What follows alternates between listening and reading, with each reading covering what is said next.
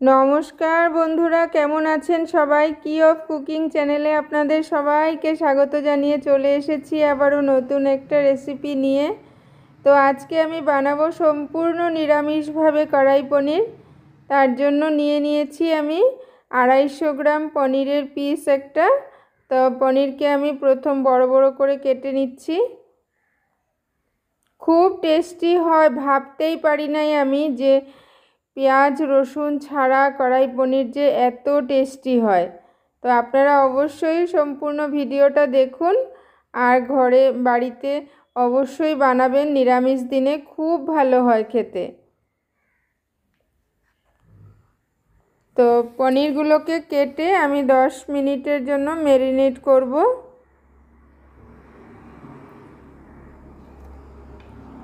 তো ম্যারিনেট করার জন্য সামান্য নুন লাগবে আর লঙ্কা গুঁড়ো আর 1 চামচ ভিনিগার দিয়ে ভালো করে মেখে 10 মিনিট রেখে দিব।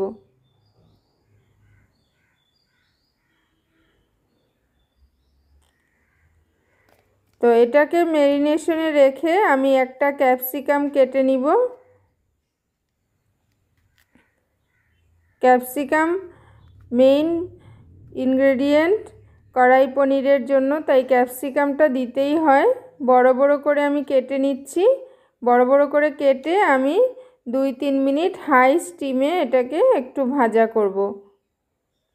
তো ভাজার সময় নুন হলুদ কিছুই লাগবে না, ক্রাঞ্চিনেসটা যাতে নষ্ট না হয় তাই কিছুই দিতে হবে না, শুধু শুধু ভাজতে হবে 2-3 মিনিট হাই স্টিমে।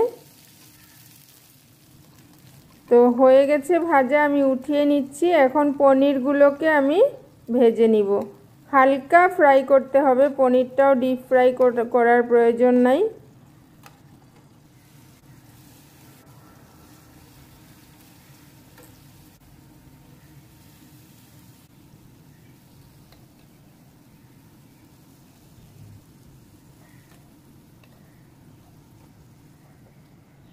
আর পনিরের ম্যারিনেশনে লঙ্কা গুঁড়োটা দিলে খুব সুন্দর একটা কালার আসে, তাই লঙ্কা গুঁড়োটা আপনারা স্কিপ করবেন না, এটা অবশ্যই ম্যারিনেশনে দিবেন।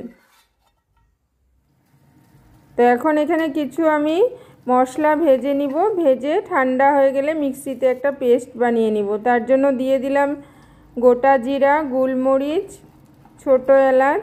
এটা ভাজা একটু সময় ভাজা হয়ে গেলে দিয়ে দিব কাঠবাদাম, কাজু বাদাম আর পাতলা পাতলা আদার টুকরো। আবারও একটু ভাজা করব, করার পরে দেব টমেটো।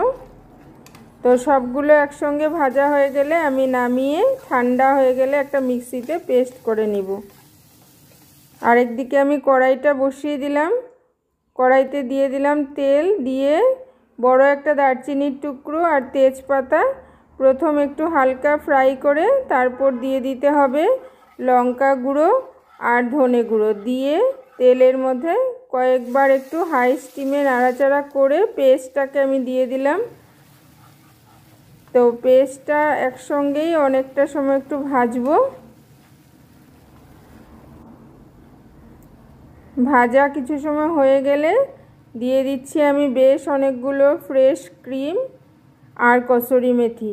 কসুরি মেথি আর ক্রিম দেওয়ার পরেও 3-4 মিনিট ভাজতে হবে।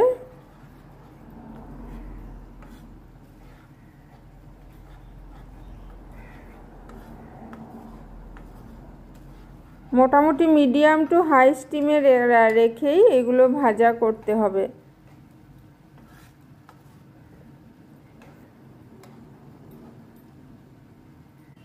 তো ভাজা হয়ে গেছে, দিয়ে দিলাম আন্দাজ মতো নুন আর সামান্য চিনি। চিনি এখানে দিতে হবে কারণ পেঁয়াজ দেওয়া থাকলে পেঁয়াজেও একটা মিষ্টি ভাব থাকে, যেহেতু এখানে পেঁয়াজ নাই তাই সামান্য একটু চিনি দিতে হবে। দিয়ে দিলাম আমি ভাজা পনির আর ক্যাপসিকামগুলো। এখন সুন্দর করে এগুলোকে মিক্স করে 2 মিনিট আমি কম স্টিমে রেখে আমি নামিয়ে নিব।